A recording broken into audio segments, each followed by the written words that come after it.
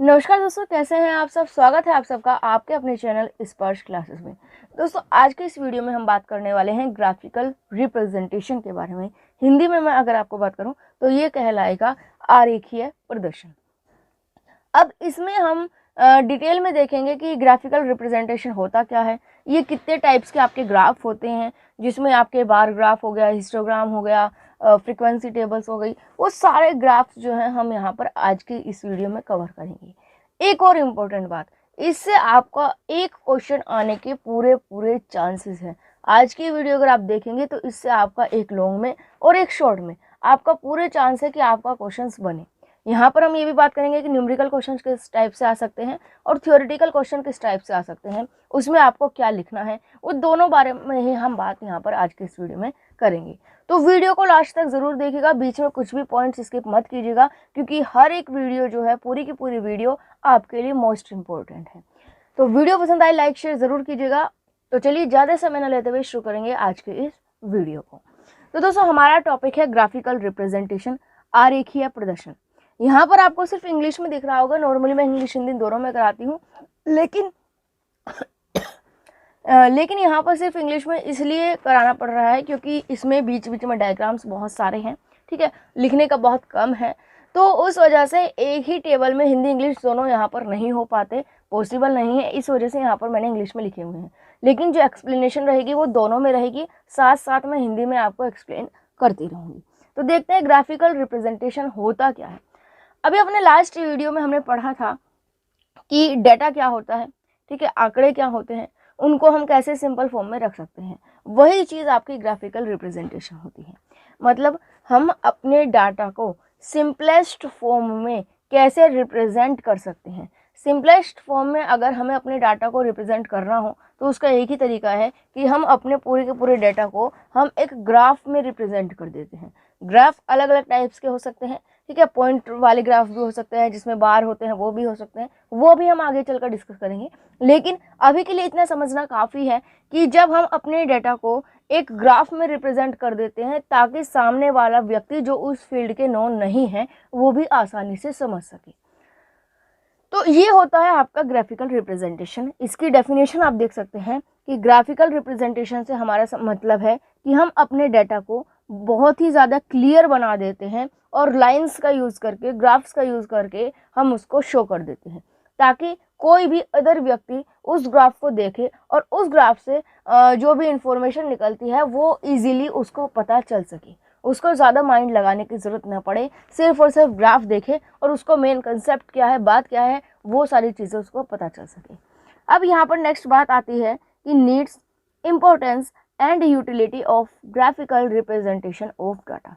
आपका क्वेश्चन इस तरीके से बन सकता है कि what do you mean by graphical representation of data, ठीक है, explain needs and importance of graphical representation of data. ठीक है, हिंदी में अगर मैं आपको बताऊं तो आरेखीय प्रदर्शन से आप क्या समझते हैं, इसकी ज़रूरतें, महत्वता और उपयोगिता को समझाइए। ये आपका क्वेश्चन आपका इस तरीके से बन सकता है। अब उसमें आपको क्या लिखना होगा, सबसे पहले आप यहाँ पर ग्राफिकल रिप्रेजेंटेशन क्या होता है इसको आपने बता दिया अच्छी तरीके से। नेक्स्ट आप नीड्स, इंपॉर्टेंस की हेडिंग डालेंगे और ये पॉइंट्स लिखेंगे। यहाँ पर तो ये पॉइंट्स में लिखे हुए हैं, वहाँ पर आप इनको जो है हेडिंग्स में कन्वर्ट कर सकते हैं। उसके बाद टाइप्स ऑफ ग्राफिकल रिप्रेजेंटेशन करके उसमें आप जो भी टाइप्स हैं उन सबको मेंशन कर सकते हैं, आपका आंसर जो है हो जाएगा। अभी आगे चलकर देखेंगे उस चीज़ को भी। यहाँ पर फर्स्ट पॉइंट देखते हैं, graphical representation is used to make the data understandable to common man. जो ग्राफिकल रिप्रेजेंटेशन होता है, जो आरेखीय प्रदर्शन होता है, वो आपके डाटा को बहुत ही इजी बना देता है, सिंपल बना देता है और अंडरस्टैंडेबल बना देता है, मतलब समझने लायक, टू अ कॉमन मैन। एक आम आदमी, एक कॉमन व्यक्ति भी उस डाटा को समझ सके, इस फॉर्म में बना देता है। जैसा कि हमने ऊपर बताया था कि अपने डाटा को सिंपलेस्ट फॉर्म में कन्वर्ट करने का तरीका है graphical representation. Data displayed by graphical representation can be compared at a glance. अगर हम यहाँ पर किसी दो फील्ड के बारे में बात कर रहे हैं या दो टॉपिक्स के बारे में बात कर रहे हैं और एक ग्राफ में हमने देख लिया, तो हम इजीली दोनों टॉपिक्स को कंपेयर कर सकते हैं एक ही नज़र में। एट अ ग्लांस मतलब एक नज़र में, एक नज़र में हम यहाँ पर बता सकते हैं कि दोनों में क्या डिफरेंस है, दोनों में कौन बड़ा है, कौन छोटा है, किसकी इंपॉर्टेंस ज़्यादा है, किसकी इंपॉर्टेंस कम है, ग्राफ में देखकर। ठीक है, उसमें हमें कुछ पढ़ने की, सोचने की, समझने की ज़रूरत नहीं है। ग्राफ को देखा, लाइन को, उसी से ही हमने एक नज़र में बता देंगे कि आपस में कंपैरिजन कर लेंगे, दोनों की तुलना कर सकते हैं हम। ठीक है, इसका मैं एक एग्जांपल आपको बताती हूँ इस पॉइंट का कि किस तरीके से हम जो है तुलना कर सकते हैं। यहाँ पर मान लीजिए ये आपका ग्राफ है, आप ये जानते हैं कि ग्राफ इस टाइप से होता है। अब यहाँ पर कुछ इस टाइप से ग्राफ बना हुआ है। ठीक है, अब दो टॉपिक है यहाँ पर, तो हम दो चीज़ें चलेंगे, दो वेरिएबल होगा, एक एक्स और एक वाई।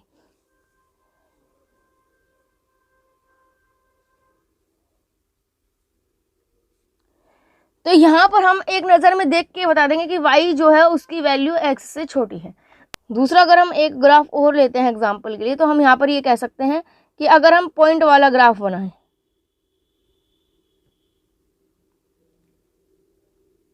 इस तरीके से ग्राफ हो गया, ये हो गया ए ग्राफ, और सेकंड ग्राफ हो गया आपका इस तरीके से। ठीक है, तो यहाँ पर हम दोनों में कंपैरिजन कर सकते हैं एक ही नज़र में, कौन कम है, कौन ज़्यादा है, किसका क्या क्वालिटी, सब मेज़र कर सकते हैं। अब ये चीज़ें आपको और ज़्यादा बेहतर समझ में आएंगी जब हम आगे टाइप्स देखेंगे और उसमें एग्जाम्पल समझेंगे।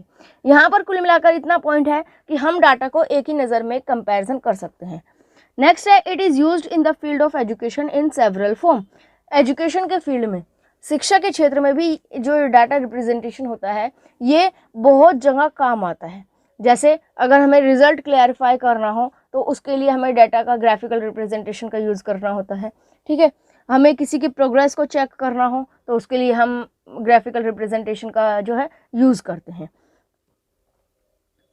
नेक्स्ट है, there are different types of graphical representation, some of them are as follow. जो ग्राफिकल रिप्रेजेंटेशन होते हैं वो अलग अलग टाइप्स के होते हैं। ठीक है, उनको अभी हम पढ़ेंगे। यहाँ पर एक चीज़ और बताना चाहती हूँ कि यहाँ पर 3 पॉइंट लिखे हुए हैं, इसका मतलब ये नहीं सिर्फ 3 पॉइंट्स हैं, इससे अलग भी ग्राफिकल रिप्रेजेंटेशन का क्या क्या बेनिफिट होता है, क्या क्या यूटिलिटी होती है, वो पॉइंट्स आप अपनी तरफ से बनाकर लिख सकते हैं। नेक्स्ट, अब चलते हैं मेन कंसेप्ट पे, टाइप्स ऑफ ग्राफिकल रिप्रेजेंटेशन। तो सबसे पहला आता है फ्रीक्वेंसी टेबल। फ्रीक्वेंसी टेबल जिसमें हम पूरे डाटा को फ्रीक्वेंसीज के फॉर्म में एक टेबल में लगा देते हैं। ठीक है, अलग अलग ना लिखकर रिपीटेड नंबर्स को फ्रीक्वेंसी में लगा देते हैं। इसको हमने डिटेल में लास्ट वीडियो में देखा था। अगर आप ये देखना चाहते हैं कि किस तरीके से हुआ था तो आप लास्ट वीडियो को जाकर देखिएगा, लिंक डिस्क्रिप्शन में भी मिल जाएगा आपको और ऊपर आई बटन में भी मिल जाएगा। ठीक है, तो ये फ्रीक्वेंसी टेबल है, इसके बारे में हम ऑलरेडी पढ़ चुके हैं। वही सेम चीज़ यहाँ पर आपको लिखनी है। इसका हमने कंस्ट्रक्शन किस तरीके से होता है वो भी हमने देख लिया था लास्ट वीडियो में, तो वही सब चीज़ें आपको यहाँ पर लिख देनी है। अब नेक्स्ट आगे बढ़ते हैं हम नेक्स्ट पर, वो है आपका बार ग्राफ। बार ग्राफ नाम से पता चल रहा है, बार यानी कि ऐसा ग्राफ जिसमें कि कुछ बार्स होते हैं, डंडे होते हैं। दंड आरेख हम इसको हिंदी में कहते हैं। हिंदी में हम क्या कहेंगे इसको? दंड आरेख। यहाँ पर जो हिंदी मीडियम से है वो लिख सकते हैं दंड आरेख। ठीक है, तो बार ग्राफ क्या होता है? Bar graph is used to display the category of data and it compares the data using solid bars to represent the quantities. मतलब क्या हुआ यहाँ पर कि बार ग्राफ हमें, अगर हमें किसी डाटा की कैटेगरीज को शो करना हो, जैसे ABCD, या किसी की इंटेलिजेंसी को शो करना है, कोई कैटेगरी को शो कर रहे हैं, उसको कंपेयर कर रहे हैं, तो उसके लिए हम अधिकतर बार ग्राफ का यूज़ करते हैं। ठीक है, इस बार ग्राफ में क्या होता है? सॉलिड बार्स होते हैं। जैसे आपको ये बार दिख रहे हैं रेड कलर में, ये सॉलिड बार है। इसी की वजह से इस ग्राफ को बार ग्राफ कहते हैं। इस ग्राफ की प्रॉपर्टीज़ अगर हम देखते हैं तो सबसे पहला तो ये है, ये मेन इंपॉर्टेंट है, इसको आप ज़रूर ध्यान रखिएगा। इन पॉइंट्स को बहुत ही खास और बहुत ही इंपॉर्टेंट है। आगे चलकर कॉम्पिटिटिव एग्जाम्स में भी जहाँ पर ये वाला पोर्शन आता है तो उनमें इन्हीं में से ही क्वेश्चंस निकलते हैं। सबसे पहला है, ईच बार और column in a bar graph is of equal width. Bar graph में जितने भी बार होते हैं, ये जो बार है, आपका कलर इसका चेंज कर लेती हूँ मैं एक बार, ये जितने भी बार हैं आपके, ये हमेशा इक्वल विड्थ के होते हैं। मतलब इनकी जो विड्थ होती है वो इक्वल होती है। ये जो जितनी चौड़ाई होगी ये सबकी इक्वल होगी। अगर ये 1 सेंटीमीटर का है तो 1 सेंटीमीटर ही होंगे सभी की। जितने भी बार आपके बनेंगे वो सभी इक्वल विड्थ के होते हैं। कहीं भी ऐसा नहीं होगा कि आप एक ग्राफ बना रहे हैं, फर्स्ट बार तो इतना हो गया और सेकंड बार आपने इतना कर दिया, कभी नहीं होगा। हमेशा जो विड्थ होगी वो सेम होगी, इक्वल होगी। नेक्स्ट है all bars have a common base. सभी बार का जो बेस होता है, जो आधार होता है, वो कॉमन होगा, यानी कि सेम होगा। यहाँ पर आप देख सकते हैं कि सभी का आधार क्या है, ये एक्स एक्सिस है, एक्स एक्सिस है, सभी का आधार क्या है, कॉमन है। कभी भी ऐसा नहीं होगा कि बार ग्राफ है, एक ग्राफ तो आपका यहाँ चल रहा है और दूसरा ग्राफ आपका यहाँ इस तरीके से बन रहा है, नहीं, बेस जो होगा, आधार जो होगा, वो कॉमन रहेगा, एक्स एक्सिस, सारे बार एक्स एक्सिस पर ही बनेंगे। नेक्स्ट है the height of the bar corresponding to the value of the data. जो आपके बार की हाइट होती है, यानी कि जो हाइट है, ये डिपेंड करती है कि आपके डाटा में कितनी वैल्यू है। डाटा की जो फ्रीक्वेंसीज होती है, नॉर्मली यहाँ पर फ्रीक्वेंसीज आती हैं, तो जो आपकी फ्रीक्वेंसीज होती है डाटा की, तो जो आपकी फ्रीक्वेंसीज होती है डाटा की, वो यहाँ पर शो होती है। अब वो फ्रीक्वेंसीज की वैल्यू कितनी है, 2 है, 4 है, 8 है, 9 है, 10 है, 12 है, 20 है, उस पर डिपेंड करेगी बार की हाइट। जितनी आपकी फ्रीक्वेंसीज होगी उतना ही ग्राफ की हाइट्स होगी। यहाँ पर आप देख सकते हैं कि पहला बार जो है 400 पर है, 400 पर है। नेक्स्ट बी ग्राफ जो है आपका 600 से थोड़ा सा अबोव है। सी ग्राफ जो है वो आपका 700 के अराउंड है, ठीक है, और डी जो आपका है वो 500 के अराउंड है। तो ये तो डिपेंड करता है कि आपके डाटा में वैल्यू कितनी है। हाइट किस पर डिपेंड करेगी, आपके डेटा की वैल्यू पर। नेक्स्ट है the distance between each bar is the same. यहाँ पर अभी हमने देखा था कि बार की जो विड्थ होती है, यानी कि ये जो डिस्टेंस है वो हमेशा सेम होगी। अब नेक्स्ट ये भी चीज़ है कि बार के बीच की जो डिस्टेंस है वो भी हमेशा सेम ही होनी चाहिए। बीच की डिस्टेंस मतलब पहला बार है ए, सेकंड बार है बी, इनके जो बीच की डिस्टेंस है, यानी कि ये भी हमेशा सेम होनी चाहिए, इक्वल होनी चाहिए। अगर यहाँ पर हमने 2 सेंटीमीटर का डिफरेंस लिया है तो यहाँ पर भी 2 सेंटीमीटर का लेंगे और यहाँ पर भी 2 सेंटीमीटर का ही डिफरेंस लेंगे। कभी भी ऐसा नहीं होगा कि यहाँ पर हमने 2 का ले लिया, यहाँ पर हमने 1 का ले लिया, 1 का ले लिया और यहाँ पर 3 का ले लिया, नहीं, हमेशा डिस्टेंस जो है सेम रहेगी। यहाँ पर एक बात समझने की है, विड्थ आपस में सेम रहेंगी, अगर 1 है तो 1 रहेंगी, 2 है तो 2 रहेगी, और जो बीच के डिस्टेंस है वो आपस में सेम रहेंगी, ठीक है। अब इसका मतलब ये नहीं है यहाँ पर विड्थ और डिस्टेंस अलग अलग हो सकती है।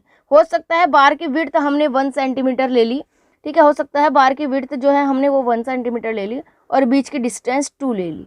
अब हमें ये ध्यान रखना होगा, विड्थ 1 है तो सभी विड्थ जो है वो 1 सेंटीमीटर की ही रहेगी और जो बीच की डिस्टेंस है वो 2 की ही रहेगी हमेशा। ये आपको बात ध्यान में रखनी है, ठीक है। तो ये 4 पॉइंट्स इंपॉर्टेंट है बहुत। अगर आपका लॉन्ग आंसर टाइप क्वेश्चन में आता है और आपको समझ नहीं आ रहा कि क्या लिखें, सिर्फ 5 ही पॉइंट है, 4 पॉइंट्स हैं, बहुत जल्दी खत्म हो जाएगा, तब आप क्या करेंगे, इनको हेडिंग्स बनाएंगे। हेडिंग्स बनाने का मतलब क्या है, आप लिखेंगे equal width, bar of equal width, आपने हेडिंग लगा दी और इसके अंदर जो मैंने एक्सप्लेन किया वो एक्सप्लेन कर देंगे। आप एक डायग्राम बनाकर शो कर सकते हैं जिस तरीके से मैंने किया था। नेक्स्ट आप कॉमन बेस हेडिंग डालेंगे, उसके अंदर लिख देंगे, ठीक है। हाइट ऑफ बार हेडिंग डालेंगे, उसके अंदर लिख देंगे, एक्सप्लेन कर देंगे, और डिस्टेंस बिटवीन बार हेडिंग डालेंगे और उसके अंदर एक्सप्लेन कर देंगे। कुल मिलाकर ये बात आपको हर एक क्वेश्चन में करनी है कि जहां आपको लगे आंसर छोटा है और बड़ा करना है आपको, तो वहां पर जो भी पॉइंट्स आप लिखते हैं उन पॉइंट्स को हेडिंग में कन्वर्ट कर दीजिए। उसके अंदर आप अपने अकॉर्डिंग एक्सप्लेन कर सकते हैं, अपनी लैंग्वेज में एग्जाम्पल्स दे सकते हैं, कुछ भी जो आपको माइंड में आ रहा हो, उससे आपका आंसर बड़ा हो जाएगा। नेक्स्ट बात करते हैं कंस्ट्रक्शंस ऑफ बार ग्राफ की, कि बार ग्राफ को कैसे बनाते हैं। मेन बात आती है कंस्ट्रक्शंस की, ठीक है। सबसे पहले हम बार ग्राफ को देखेंगे, उसके बाद कंस्ट्रक्शंस के जो पॉइंट्स है उसको देखेंगे, ठीक है, ताकि आपको समझने में आसानी रहे। बार ग्राफ किस तरीके से बनाया जाता है, सबसे पहले हम एक्स एक्सिस और वाई एक्सिस को ड्रॉ करेंगे, ठीक है। एक्स एक्सिस ड्रॉ कर ली हमने और वाई एक्सिस, सॉरी यहाँ पर दोबारा से, सबसे पहले हम एक्स एक्सिस और वाई एक्सिस को ड्रॉ करेंगे। तो यहाँ पर ये हमारी वाई एक्सिस हो गई, ये एक्स एक्सिस हो गई, एक्स एक्सिस, और ये हो गई वाई एक्सिस, ये पॉइंट हो गया 0, ठीक है। सबसे पहले तो हमारा यही काम होता है जब भी हमें बार ग्राफ बनाना हो कि हम एक्स एक्सिस और वाई एक्सिस को जो है ड्रॉ कर देते हैं। ये हमेशा बीच का जो एंगल है 90 डिग्री का होना चाहिए। अब नेक्स्ट हम क्या करते हैं, यहाँ पर नीचे एक्स एक्सिस पर कोई कैटेगरी लिखी हो या जिस क्वालिटी के बारे में हम बात कर रहे हैं वो लिखनी है। मान लीजिए हम फूड्स के बारे में बात कर रहे हैं तो यहाँ पर फूड्स आ जाएगा। जैसे यहाँ पर हम कह सकते हैं पिज़्ज़ा, ठीक है, बर्गर, एटसेट्रा। तो इस तरीके से अगर हमने फूड की बात की तो फूड की कैटेगरी लिख दी जो भी हमारे क्वेश्चंस में दिया हुआ है, डाटा में दिया हुआ है। यहाँ पर अगर हम सब्जेक्ट्स की बात कर रहे हैं तो सब्जेक्ट्स लिख दिए। तो अगर हमें बार ग्राफ बनाना है तो सबसे पहले हमने एक्स एक्सिस वाई एक्सिस को ड्रॉ कर लिया। अब उसके बाद हम 1 सेंटीमीटर पर या सेम इक्वल डिस्टेंस पर यहाँ पर हम दोनों पर एक्स एक्सिस पर भी और वाई एक्सिस पर भी निशान लगा देंगे। ठीक है, स्केल से सेम डिस्टेंस लेंगे 1 या 2 सेंटीमीटर, अपनी मर्जी से। नॉर्मली सब 1 सेंटीमीटर ही लेते हैं। इक्वल डिस्टेंस ली और हमने निशान लगा दिया। अब एक्स एक्सिस पर तो हम कैटेगरी लिख देंगे जो भी हमारे क्वेश्चन में बात हो रही है। कैटेगरी हो सकती है, सब्जेक्ट्स हो सकती है, जिस पर भी बात हो रही है। जैसे फॉर एग्जांपल अगर हम फूड की बात कर रहे हैं तो फूड के नाम लिख दिए। ठीक है, सब्जेक्ट्स लिख रहे हैं तो सब्जेक्ट्स के नाम लिख दिए। जैसे ऊपर के एग्जांपल्स में आपको दिख रहा होगा कि यहाँ पर सब्जेक्ट्स लिखे हुए हैं, English, Hindi, math, science, social studies, computer. अब वाई एक्सिस पर हम क्या करेंगे, फ्रीक्वेंसीज लिखते हैं। अब हम फ्रीक्वेंसीज का बार बनाने के लिए हम ये देखते हैं कि हमारे डाटा में किस तरीके की फ्रीक्वेंसी दी हुई है। फ्रीक्वेंसी की मिनिमम वैल्यू देखते हैं। मिनिमम वैल्यू मान लीजिए 0 है, मैक्सिमम वैल्यू मान लीजिए 12 है। ठीक है, तो हमें 0 से 12 तक की फ्रीक्वेंसी हमें अपने वाई एक्सिस पर चाहिए। अगर हमारा पेज इतना है कि हम 12 तक 0 1 2 3 4 करके लिख सकते हैं तो हम इस तरीके से लिख देंगे 1 2 3 4 5 6 7 8 9 10 11 12। अगर हमारे पास इतना बड़ा पेज नहीं है तब हम क्या करेंगे, हम 2 का डिफरेंस ले लेंगे। 0 2 4 बीच की जो डिस्टेंस है, डिफरेंस है, वो इक्वल होना चाहिए। अगर हम 2 का डिफरेंस ले रहे हैं तो 2 का ही चलता जाएगा। 5 का ले रहे हैं तो 5 का चलता जाएगा। अब हमें डिफरेंस कितना का लेना है ये डिपेंड करता है हमारे डाटा की रेंज पर। डाटा की रेंज अगर ज़्यादा नहीं है तो हम अपने हिसाब से जो है रेंज इसकी ले सकते हैं। कोई कम ज़्यादा की टेंशन नहीं है, अपने अकॉर्डिंग यहाँ पर ले सकते हैं। हमें सिर्फ 12 तक करना है तो हमने 2 का डिफरेंस ले लिया। 2 4 6 8 10 12, हमारा काम हो गया। अगर यहाँ पर मान लीजिए मैक्सिमम नंबर 50 होता, अब 50 तक तो हम टेबल पेज पर नहीं पहुँचा सकते, तब हम क्या करेंगे, 5 का डिफरेंस ले लेते। 5 10 15 20 25 30 35 इस तरीके से। ठीक है, अगर 100 का होता तब हम 10 का डिफरेंस ले लेते हैं। 0 10 20 30 40 50 60 70 80 100। तो हम अपने अकॉर्डिंग जो है डिफरेंस ले सकते हैं। जैसे यहाँ पर 100 मैक्सिमम फ्रीक्वेंसीज होगी आपके डाटा में, तो हमने 0 से लेकर 100 तक की फ्रीक्वेंसी यहाँ पर शो कर दी। इक्वल डिफरेंस लिया 10 का। ठीक है, तो इस तरीके से हम क्या करेंगे, एक्स एक्सिस और वाई एक्सिस पर हमारी एक्स एक्सिस पर कैटेगरीज लिख देंगे और वाई एक्सिस पर हमारी फ्रीक्वेंसीज लिख देंगे। अब बात आती है मेन पॉइंट्स की। हम सबसे पहले चलेंगे कैटेगरी ए पर। अब हम देखेंगे ए के सामने फ्रीक्वेंसीज कितनी है। मान लीजिए यहाँ पर हमने 2 4 6 लिखा हुआ है और ए की फ्रीक्वेंसीज है 2, तो हम यहाँ से ए से सीधी लाइन डॉटेड लाइन ड्रॉ करेंगे और 2 के सामने से वाई एक्सिस से ड्रॉ करेंगे। ठीक है, स्ट्रेट लाइन बिल्कुल ड्रॉ करेंगे। जहाँ पर ये दोनों मैच कर रही है वो हमारा पॉइंट जो है बन जाएगा। ठीक, अब नेक्स्ट हम क्या करेंगे, यहाँ पर ये पॉइंट बन गया। अब इस तरीके से हम यहाँ पर बार ग्राफ जो है बना सकते हैं। ये हमारा फर्स्ट बार ग्राफ हो गया।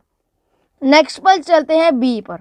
बी में मान लीजिए हमारी फ्रीक्वेंसीज है 4, तो हमने 4 के सामने आए और बी की दोनों लाइन से हमने क्या है, लाइन ड्रॉ कर ली। तो ये जो हमारा है कॉलम या बार हमारा बन गया बी का बार। अब नेक्स्ट फ्रीक्वेंसीज मान लीजिए 5 है, तब हम क्या करेंगे, 5 हमारा क्या है 4 और 6 के बीच में है, यानी कि यहाँ पर मान लीजिए 5 है तो इससे यहाँ पर लाइन ड्रॉ करेंगे स्ट्रेट, और अब यहाँ पर हम स्ट्रेट लाइन ड्रॉ कर सकते हैं। ये डॉटेड लाइन हम इसलिए करते हैं ताकि हमारा जो बार है वो बिल्कुल स्ट्रेट बने, ऊपर नीचे ना हो, बिल्कुल सीक्वेंस में बने। तो इस तरीके से हम जो है अपना बार ग्राफ बना सकते हैं। यहाँ पर आपके सामने एग्जाम्पल है, इंग्लिश था, इंग्लिश की फ्रीक्वेंसी 89 थी तो हमने 89 के लगभग हम ले आए। ठीक है, 95 थी, 95 के पास आ गई, ये 97 90 89 89। ठीक है, तो ये हो गया हमारा बार ग्राफ। तो ये आपको बिल्कुल क्लियर हो गया होगा। स्क्रीन पर आपको क्वेश्चन दिख रहे होगा, एक क्वेश्चन आपको दिख रहा होगा। इस क्वेश्चन का आपको बार ग्राफ जो है घर पे बनाकर देखना है। कल आपका ये बार ग्राफ का जो आंसर है वो कम्युनिटी टैब पर डाल दिया जाएगा। ठीक है, तो वहां से आप जो है अपना आंसर मैच कर सकते हैं। सभी मेंबर्स इस आंसर को करके जरूर देखिएगा, क्योंकि जितने प्रैक्टिस आप करोगे उतना ही ज़्यादा आपके लिए बेनिफिट रहेगा। एक बात और, ये क्वेश्चन ऐसे हैं सिर्फ और सिर्फ प्रैक्टिस चाहिए इनको, यहाँ पर अभी थोड़ा सा कंफ्यूजिंग लग सकता है, लेकिन एक बार दो बार जब आप प्रैक्टिस करेंगे, इन क्वेश्चंस को करके देखेंगे, तो अब आपको ये बहुत ही ज़्यादा ईजी लगेंगे। सिर्फ 2 से 3 बार आप इन क्वेश्चंस को करके देखिए। अपनी बुक ले सकते हैं, क्वेश्चन बैंक जो भी मटेरियल आपके पास अवेलेबल है उनमें से इस तरीके के क्वेश्चंस को ढूंढिए और उन क्वेश्चंस को खुद से करिए, ठीक है।